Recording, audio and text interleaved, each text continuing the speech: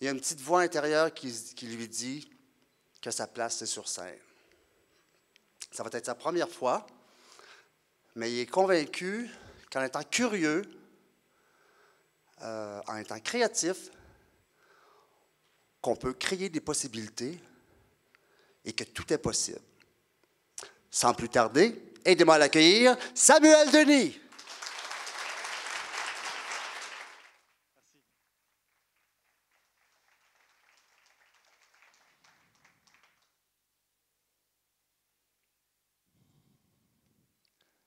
Un acrophile, c'est une personne qui aime les hauteurs. Un anophile, c'est quelqu'un qui aime les petites personnes. Un cinéphile, c'est quelqu'un qui aime le cinéma. Un fessophile, c'est quelqu'un qui aime les fesses. Un spermophile. Un spermophile, c'est un petit animal super mignon qui ressemble à un petit Suisse mélangé à une marmotte. C'est super cute. Puis là, vous vous dites sûrement, à quoi est-ce que ça va me servir de savoir ça? Honnêtement, là, s'il y a bien une chose que vous allez apprendre ce soir qui ne vous servira à rien, c'est bien ça. Mais ça, c'est ma curiosité avec un peu de créativité. Ça me permet de donner du sens aux choses qui n'en ont pas forcément. Comme là, par exemple, je viens d'en faire l'introduction de ma première conférence.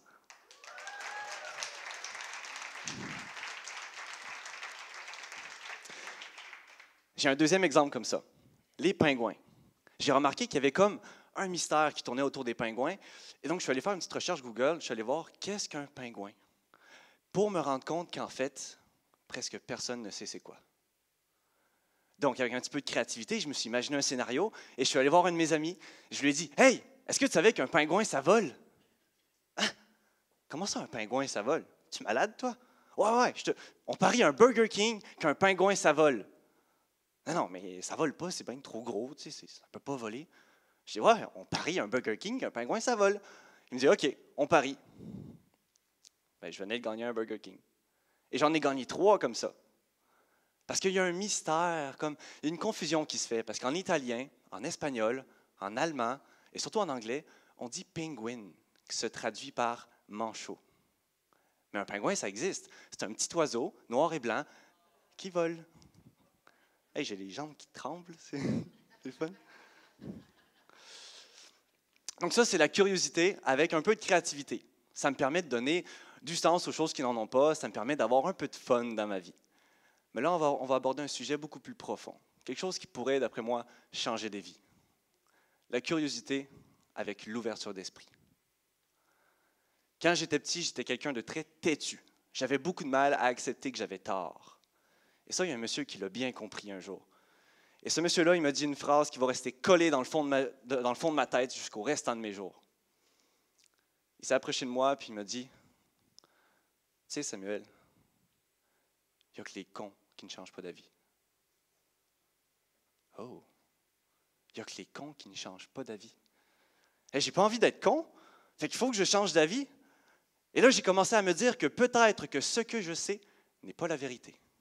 Encore mieux, il y a peut-être une autre manière de voir les choses. Il y a peut-être une autre perception des choses qui existent. Et puis, je suis resté ouvert d'esprit à l'idée que je pourrais changer d'avis à tout moment. Parce que tout ce que je sais, je le sais maintenant, mais ça ne veut pas dire que ça va être la même chose plus tard. Quand j'étais petit, mon père me disait souvent que j'avais des gènes amérindiens et que c'était grâce à ça qu'on avait la peau un peu bronzée et que je suis imberbe, ce qui me permet de pouvoir me raser une fois toutes les 2 semaines. Comme là, ça doit faire 1 semaine à peu près. Là. Eh bien, naturellement, j'ai créé un lien fort avec mes gènes amérindiens, de la tribu des Algonquins et des Iroquois. J'étais fier d'être amérindien. Moi, je voyais ça comme des gros bonhommes musclés qui dansent autour d'un feu avec un cheval magnifique. J'étais fier de ça. Et puis, j'ai appris à mes 14-15 ans que, à peu près au 15e siècle, avec la découverte de l'Amérique, eh bien, c'est l'Europe et les Européens, qui étaient majoritairement chrétiens à l'époque, qui, avec la découverte de l'Amérique, ont ravagé, ont détruit, massacré tous les peuples amérindiens. Et donc là, j'ai commencé à détester la religion. J'ai commencé à vraiment haïr ce concept-là. Déjà que je n'étais pas fort avec ça. Mais ça, c'était moi, quand j'avais 15 ans, que je n'étais pas encore hyper ouvert d'esprit. À mes 19 ans, j'ai regardé le film Le Secret.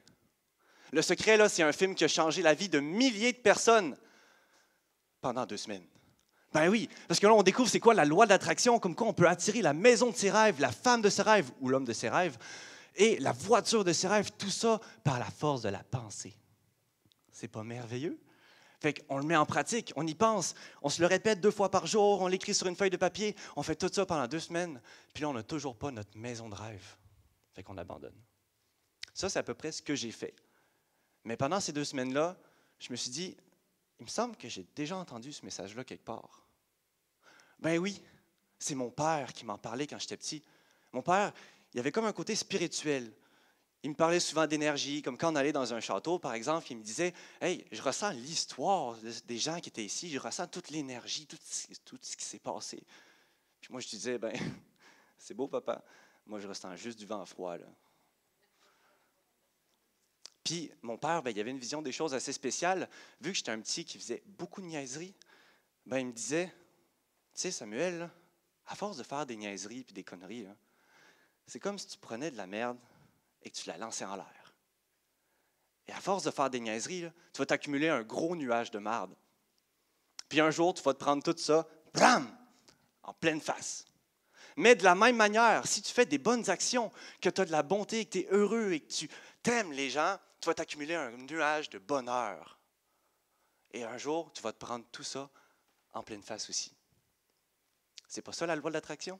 C'est pas exactement ce qui est dit dans le film Le Secret, mais d'une autre manière. Et j'ai entendu ça toute mon enfance. Donc, naturellement, je suis resté ouvert à l'esprit, ouvert d'esprit à l'idée que peut-être, et j'insiste bien sur le peut-être, c'est vrai. Peut-être que ça marche. Il y a un seul moyen de le savoir, c'est de l'essayer. Et puis là, j'ai commencé à vraiment m'intéresser au concept de la spiritualité. J'ai commencé à lire des livres là-dessus, puis j'ai découvert plein de choses que j'ai vraiment adorées.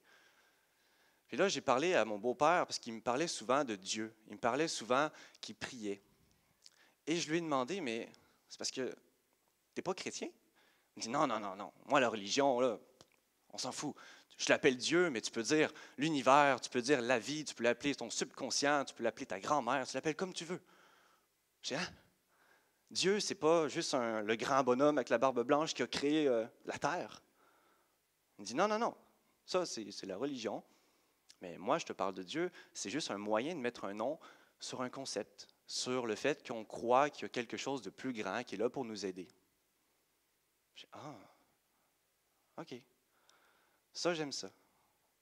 Là, j'ai commencé à m'ouvrir à l'idée du concept de Dieu. Et puis, pas très longtemps après ça, on est embarqué lors de la conférence qui nous a amenés ici ce soir. Et j'ai rencontré Véronique, qui va passer pas très longtemps après moi. Et elle m'a raconté son histoire, comme quoi elle était partie à l'Oratoire Saint-Joseph. L'Oratoire Saint-Joseph, vous le connaissez sûrement, un grand bâtiment chrétien très connu à Montréal. Et elle était partie là-bas pour demander de l'aide à Dieu. Et il se trouve que quelques jours plus tard, elle a rencontré quelqu'un qui a changé sa vie. OK, peut-être, c'est un beau hasard, tu as eu de la chance.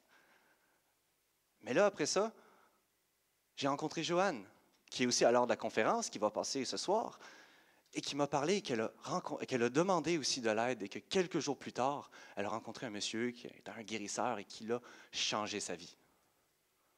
Je suis là, c'est parce que là, ça fait 2 fois le même scénario, le même résultat. Je commence à être curieux. Tu sais, depuis le début, je vous parle de la curiosité avec la créativité. C'est ce qui me permet de donner un peu de fun dans ma vie, d'avoir du sens aux choses qui n'en ont pas forcément. Après ça, on a parlé de la curiosité avec l'ouverture d'esprit. C'est ça qui nous ouvre des portes, qui nous amène des opportunités en or dans notre vie. Mais si je ne passe pas à l'action, à quoi ça me sert? À quoi ça me sert de savoir tout ça si je ne l'essaye pas? Donc, vous vous en doutez, je suis allé à l'Oratoire Saint-Joseph. Malgré tout ce que j'avais contre la religion, on pourrait dire, avec mon passé, pour la première fois de ma vie, je suis allé dans un bâtiment chrétien de mon plein gré, et ce n'était pas juste pour visiter. Je venais pour demander quelque chose, demander de l'aide. Donc, j'arrive à l'Oratoire Saint-Joseph, et puis je rentre à l'intérieur, c'est super grand, c'est beau, c'est magnifique. Puis là, je suis très curieux, fait que je commence à toucher à toutes les choses. Je touche aux pierres, je pense qu'il y avait le cœur de Saint-Pierre, je touche aux statues. Puis je me rappelle de ce que mon père me disait par rapport aux énergies, comme quoi on pouvait ressentir des choses. Puis, tu sais, l'oratoire Saint-Joseph, c'est plein d'histoires, fait qu'il y a sûrement de l'énergie là-dedans. Fait que là, je vais toucher au petit pied de Jésus, puis je touche à toutes les statues, j'essaie de ressentir s'il n'y a pas quelque chose. Mais non, je ressens juste du vent froid. Bon, OK. Fait que là, je continue, puis ça doit faire au moins 10 minutes que je suis à l'oratoire Saint-Joseph. Et là, je me dis, je suis venu pour une bonne raison. Je suis venu pour demander de l'aide. Demander, ah, non, pas demander, non, je ne suis pas prêt pour ça. Non, pas encore. OK, fait que là, il y avait un petit chemin vers le fond de la salle. Je ne sais même pas si on avait le droit d'y aller, mais j'étais très curieux, fait que je suis allé voir.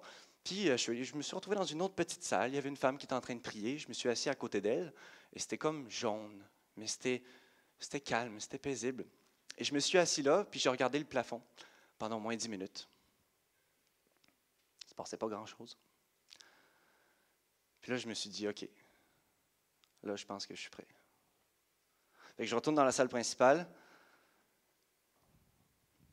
Puis là, je me rappelle d'une chose très importante. Il faut avoir foi. Il faut que je croie en ce que je fais. C'est comme l'effet placebo. Si je te donne un médicament et que je te persuade que tu es sûr à 100% que ça va te guérir, il y a de fortes chances que ça te guérisse. Même si c'est de la farine qu'il y avait dedans. Par l'effet placebo. Fait que je me suis rappelé de ça, je me dis, OK, si je demande quelque chose, il faut que j'y croie. Il faut que j'y croie à 100%. Fait que là, OK, je vais demander de l'aide, mais pourquoi je vais demander de l'aide?